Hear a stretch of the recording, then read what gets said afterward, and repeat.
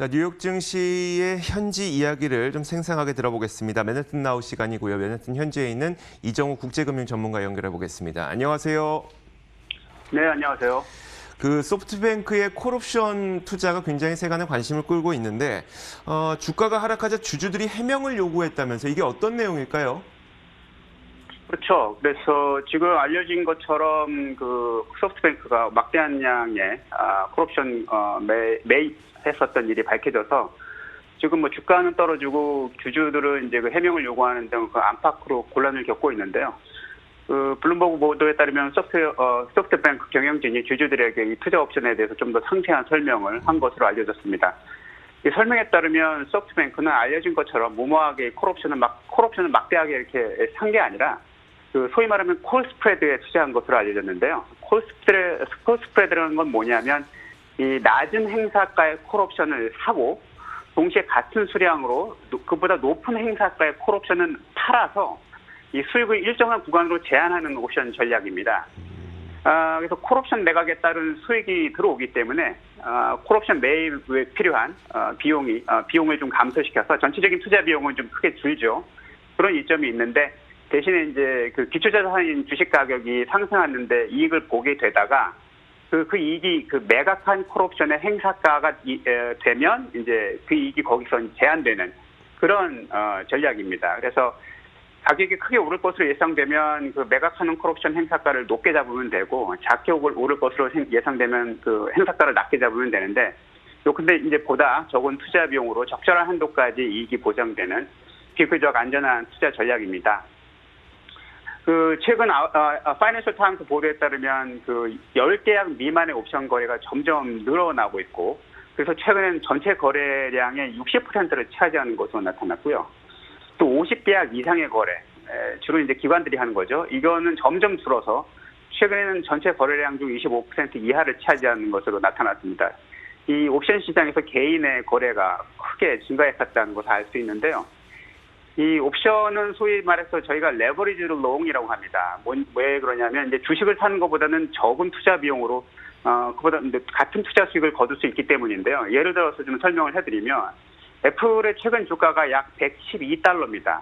그런데 오늘보다 이제 한 달 후인 10월 16일에 만기가 돌아오는 행사가가 120.5달러인 콜옵션 가격은 오늘 현재 6달러 남짓이거든요. 만약 한 달 후에 주가가 122달러, 10불이 올라서 122달러가 되면 네. 주식 투자 수익률은 1.7%가 되죠. 왜냐하면 112불을 투자를 해서 10불을 벌었으니까요. 하지만 옵션 수익률은 약 67%로 됩니다. 왜냐하면 옵션 가격이 6불밖에 안 되기 때문에 10을 6으로 나면 67이 되죠. 67%가 되죠.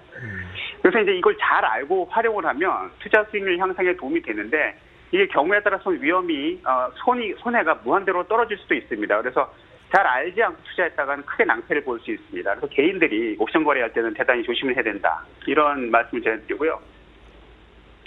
또 인베스토피아가 최근에 설문조사한 바에 따르면 미국 내에서 젊은 세대 주식 투자가 최근에 크게 늘고 있습니다. 그 투자 금액이 늘었냐, 혹은 그대로냐, 혹은 뭐 감소했느냐, 뭐 이런 질문에 대해서 밀레니얼 세대라고 하죠. 2000년대 전후에 태어난 세대와 그다음에 X세대, 70년대, 80년대 세대에 태어난 세대들은 투자 금액을 증가했다는 대답이 44에서 45%로 가장 높았고요. 유지가 30에서 31, 감소는 25%로 각각 대답했습니다. 그렇지만 베이비 부머 세대죠. 나이가 좀 드신 분들은 투자를 증가했다 하는 대답은 28%로 가장 낮았고요. 유지 중이다가 37%로 가장 높았고 감소가 35%로 각각 대답했습니다. 최근에 젊은 층들이 보다 이런 주식시장에 공격적으로 들어오는 것으로 보여서 이게 좋은 현상인지 나쁜 현상인지 판단은 좀 나중에 드러날 것 같습니다. 나중에 뭐 거품이었던 걸로 드러나면 이게 나쁜 현상이 되는 거고 계속 성장을 이어가면 이게 좋은 현상이 되는 거고요. 그렇죠. 잘 모르겠습니다. 어쨌든 굉장히 좀 주식시장의 열풍이 젊은 층을 중심으로 많이 확대되고 있다는 현상만은 분명한 거네요. 좋습니다. 자, 맨해튼 현지 분위기도 좀 전해주시면 좋을 것 같은데 계속 좀 분위기가 좋아지고 있나요? 그렇습니다. 그 최근에 이제 뭐 날씨도 완전히 가을 날씨가 완연해져서요. 하늘도 맑고 뭐 날씨도 선선해서 센트럴파크 같은 데에서는 이제 운동하는 분들도 많고 거리에 사람들도 많이 다니는데요. 지난 금요일이었죠. 그 9월 11일, 9.11 테러가 일어난 지 19주년이 되는 날이었습니다. 그래서 그 기념식이, 추념식이라고 해야 되겠죠. 애니버저리인데 추념식이 로어 맨하탄에 있는 9.11 메모리얼에서 열렸습니다. 그래서 첫 비행기가 북쪽 타워를 타격했었던 8시 46분에 정확히 맞춰서 조종을 울리면서 사람들이 묵념을 했고요. 그 바이든 민주당 대선 후보, 그다음에 펜스 부통령도 참석을 했습니다. 또 이 자리에는 퇴직 소방관과 유가족들이 참석해서 그 당시의 아픔을 나누면서 좀 애틋한 마음을 좀 공유하는 그런 시간이 있었습니다. 네, 알겠습니다. 자, 맨해튼 현재 이야기 들어봤습니다. 이정우 국제금융 전문가였습니다. 고맙습니다. 네, 감사합니다. 자, 이렇게 1부 마치겠습니다. 잠시 후 2부에서 더 많은 내용 들고 분석과 함께 찾아오겠습니다. 잠시 후에 뵙겠습니다.